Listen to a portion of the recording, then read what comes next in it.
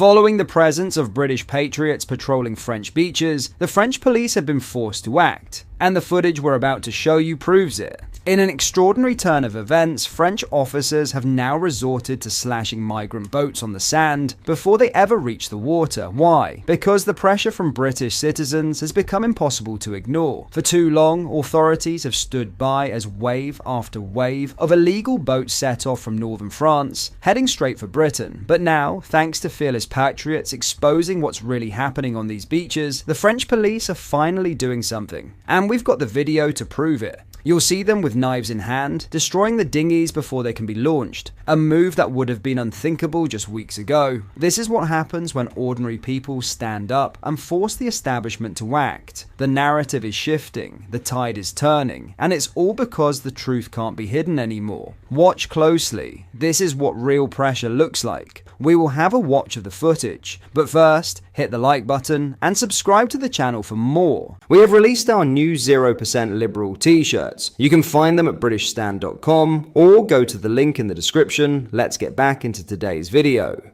Have a watch. Okay, they're slicing it. They're coming in to slice the boat now.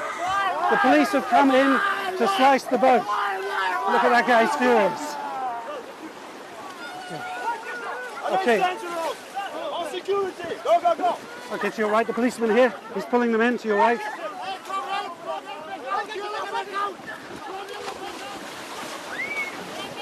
So the police now intervening. They've just come in. They've slashed the boat. They feel it's close enough to the shore so that it's not too dangerous for those on board. And you can see everyone's giving up now.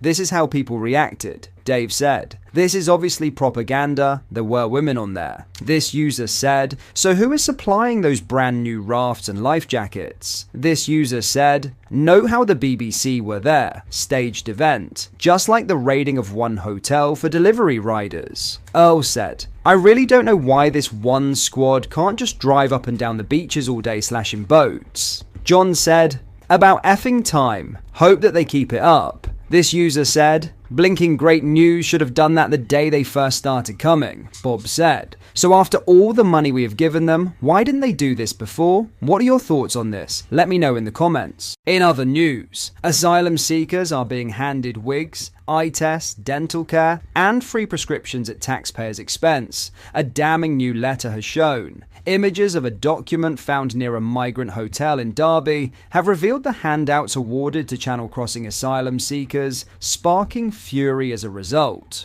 "You and your partner are entitled to the following," the letter says, before listing perks including free NHS prescriptions, free NHS dental treatment, free NHS sight tests, the full value of a voucher towards the cost of glasses and contact lenses, free NHS wigs and fabric supports, refunds for necessary costs of travel to receive NHS treatment. One local retired machine worker, Paul Davies, 67, said, "They're getting more benefits than we do. I have to pay for my own dental treatment and prescriptions." ONS figures from October found that 97% of people who do not have a dentist and who tried to access NHS dental care were unsuccessful. William Yarwood, media campaign manager at the Taxpayers Alliance, said, "If true, handing out free wigs to migrants at taxpayers' expense is an insult to hard-working Britons footing the bill.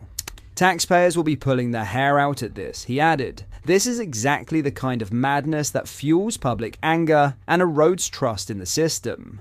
Latest Home Office data shows that as many as 1,300 migrants sit in some form of asylum accommodation in Derby and Derbyshire.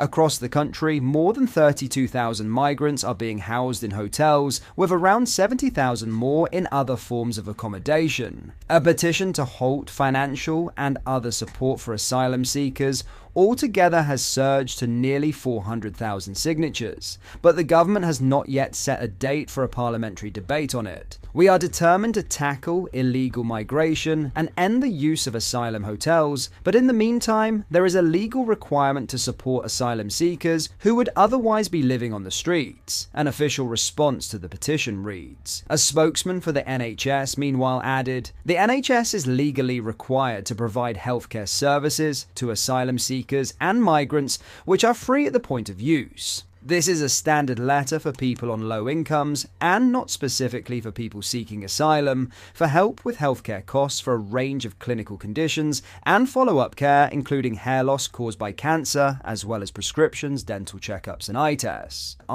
Former Veterans Minister Johnny Mercer has launched a scathing attack on York Council after it banned military kit from Armed Forces Day celebrations. Leader of City of York Council, Claire Douglas, claimed the move does not diminish how seriously we take Armed Forces Day. A source close to the planned event claimed the ban was made through fear of triggering protest in the city centre. Delivering his verdict, Mercer criticised the council for their tokenistic celebration of Britain's veterans. Mercer stated, "It's in line with the kind of moral ambivalence and tokenistic interest we see in the veterans and in the military in this country. And to be honest, I think a lot in the military community are pretty fed up with it. It's embarrassing, and I think the key thing is, it doesn't really represent what ordinary folk think. Ordinary folk are incredibly proud of the military."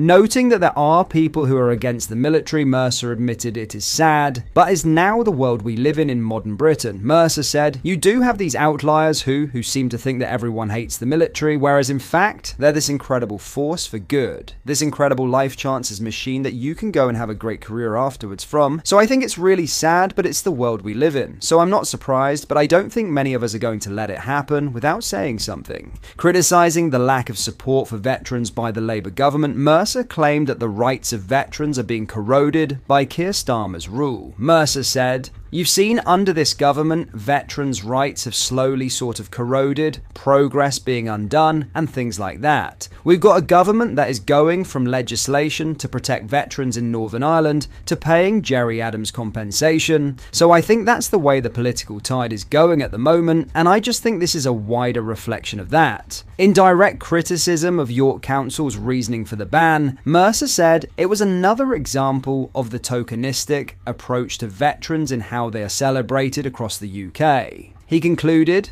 "If you look at the statement York Council put out, they talk about the Armed Forces Covenant and how they're gold award holders and so on, but they're not prepared to show military kit on parade on Armed Forces Day. And it just shows you the kind of tokenistic approach that I'm afraid some of us are quite sick of in the UK, and shows that there needs to be better metrics and a better way of holding local authorities and groups that support the military to account."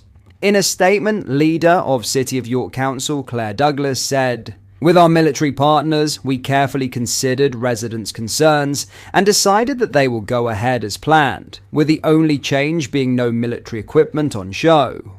This decision in no way diminishes how seriously we take Armed Forces Day and our deep respect and commitment to those who serve and have served. We look forward to a fantastic day." What are your thoughts on what we discussed in today's video? Let me know down in the comment section below.